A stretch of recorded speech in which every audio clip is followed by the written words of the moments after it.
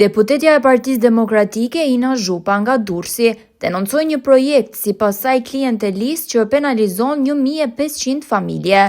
Një dalje për mediat, Zhupa tha se klientelizmi po shkatron pronat dhe trashëgiminë e Durrësit.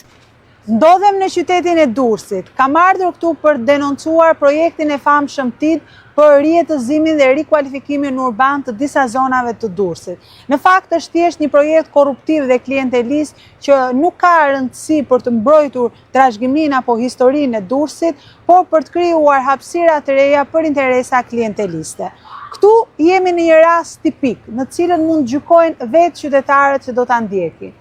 Kjo është një shtëpi e cila është kualifikuar nga projekti TID për tu shëmbur. Para këtu ka qenë një tabelë e cila tregonte që ky mur është një mur otoman i vitit 1500 dhe duhet të mbrohej nga shteti dhe jo të shkatërrohej nga shteti. Ndërkohë është parashikuar që do të shëmbet.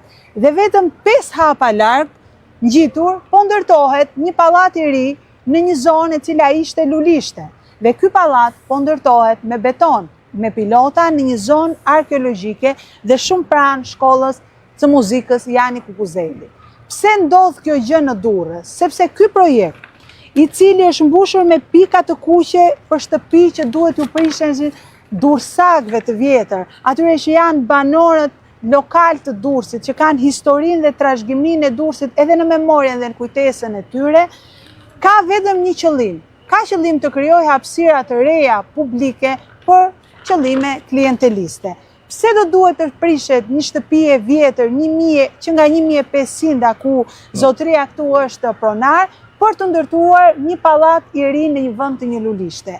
Nuk ka asnjë arsyetim. Ky projekt i gjithë nuk ka asnjë arsyetim dhe ndaj do të kundërshtohet nga ne në të gjitha format, në të gjitha instancat, në gjyqe, në parlament dhe kudo, sepse Durrësi do duhet të ruhet për trashëgiminë e vet, për historinë, edhe për rrëfimet e banorëve lokal dhe të mbrohet ajo që është një identitet i këtij qyteti dhe jo ndërtime të reja për qëllime klienteliste. Shumë faleminderit.